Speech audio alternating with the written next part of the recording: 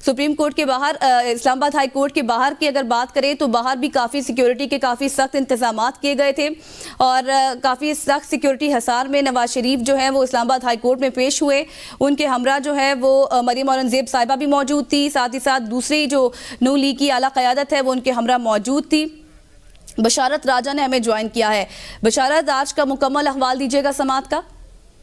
जी, आज Islamabad high court में अल-अज़ीज़िया पर केस की समाअत हुई और दो रुकनी bench justice chief justice Islamabad high court justice Aamer Farooq और जस्टिस मियां गुल हसन औरंगजेब की सरबराही में ये दो रुकनी बेंच केस की समाअत कर रहा था। तो समाअत के दौरान नायब प्रोसिक्यूटर ने अदालत को बताया कि नवाज शरीफ के बेटों के पास इतने ज़राए नहीं थे कि वो मिलें लगाते, जिस पर justice chief justice Aamer Farooq ने बताया कि नवाज शरीफ का ताल्लुक कैसे बनता है इन चीज़ों से। तो नायब प्रोसिक्यूटर ने बताया कि यही बता रहा हूँ कि नवाज शरीफ के बेटों के पास इतने ज़राए मौजूद ही नहीं थे। तो जिस पर चीफ जस्टिस आमर फारूक ने कहा मफरूजों पर तो बात नहीं हो सकती। ये बताया कि नवाज शरीफ ने कैसे करप्शन और करप्ट प्रैक्टिस से पैसा बाहर भेजा। जिस पर चीफ जस्टिस आमर फारूक ने कहा कि वाजिद जिया स्टार गवाह जो वाजिद जिया है वो कह चुके इसका कोई सबूत नहीं। ये बात भी सामने है कि उनके वालिद का कारोबार से कोई ताल्लुक नहीं था। जिस पर ये अदालत को ये बताया गया कि उनके सामने ये बात रखी गई कि वाजिद जिया ने जब इस केस का ट्रायल चल रहा था साहब अदालत में, तो उस वक्त वाजिद जिया कोई ऐसी चीज सामने नहीं ला सके जिसकी वजह से इस पर सजा बनती थी। तो जिस पर नायब प्रोसिक्यूटर ने कहा कि हमने वाजिद जिया के जो रिकॉर्ड दिए हैं उन्हीं पर हमने ये केस बनाया था। तो जो ज्यादातर फोटो कापीज पर ये मुश्तमिल थी। तो अदालत ने कहा कि फोटो कापीज अदालती रिकॉर्ड का हिस्सा कैसे बन सकती हैं। इस पर नवाज शरीफ के वकील आजम नजीर तारड़ ने कहा कि हमें आज तक फोटो कापी की सदका नकल भी नहीं नकूल भी नहीं मिली, जिसकी बिना पर यह केस जो है वो खड़ा किया गया था।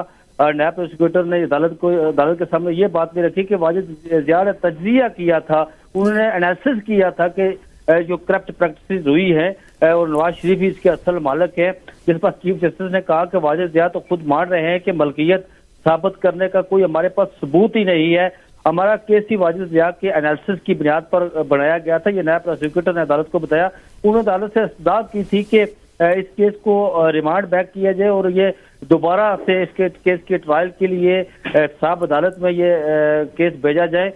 तो इस्लामाबाद हाई कोर्ट ने इस केस के हवाले से उसके नायब प्रोसिक्यूटर की रिश्ता को मुस्तरद किया था और उसके बाद उन्होंने फैसला इस पर महफूज किया। फैसला महफूज करने के बाद उन्होंने इस जो वाजिद जिया ने जो कागजात दिए थे और नायब प्रोसिक्यूटर ने जो अदालत के सामने मौक़िफ़ रखा था, उस मौक़िफ़ को बुनियाद बनाते हुए कि सदका नकूल भी नहीं है हमारे पास। और चीफ जस्टिस ने अपना माइंड शो किया था इससे पहले जब रिमार्क्स केस की समाअत हो रही थी और उन्होंने रिमार्क्स भी दिए थे कि सदका नकूल और या सिर्फ तज्जिया की बुनियाद पर केस नहीं बनाया जा सकता।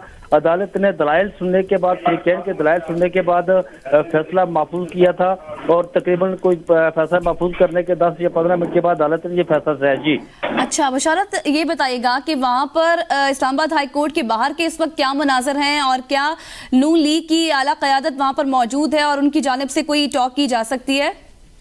जी, जब ये केस की समाअत शुरू हुई तो कमरा अदालत के अंदर नून लीग की आला अदालत बल्कि सेकंड टियर लीडरशिप सारे मौजूद थी, जिसमें ख्वाजा आसफ, इसाक डार, रशीद और बहुत से दूसरे जो नून लीगी रहनुमा थे मौजूद थे। लेकिन इस वक्त एक अदालत के बाहर और अंदर एक धक्कम पेल की सूरत है और नाराबाजी, शदीद नाराबाजी हो रही है, जिसमें मियां वजीर आजम मियां नवाज शरीफ के हवाले से ये नाराबाजी हो रही है।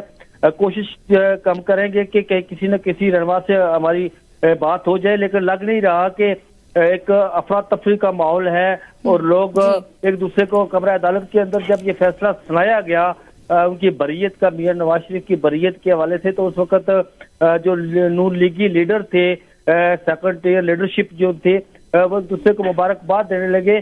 कमरा अदालत में जो मियां नवाज शरीफ के वकील आजम नजीर तारड़, अता तारड़, बहुत सारी दूसरी उनकी लीडरशिप मौजूद थी, दूसरे को मुबारकबाद देने लगे और कमरा अदालत के अंदर ही वज़ीर आज़म नवाज शरीफ के हवाले से जो है वो बातचीत चलती रही। बाहर जब वो निकले तो मियां साहब तो उन्हें घेरे में ले लिया, सिक्योरिटी जो उनकी अपनी ज़ाती सिक्योरिटी थी, और मीडिया को भी उनके तक रसाई नहीं दी गई कि मीडिया उनसे गुफ्तगू करे या वो मीडिया से कोई बातचीत करे, और इवन साफियों को करीब तक नहीं जाने दिया गया, कोई सवाल करे उसका जवाब दें।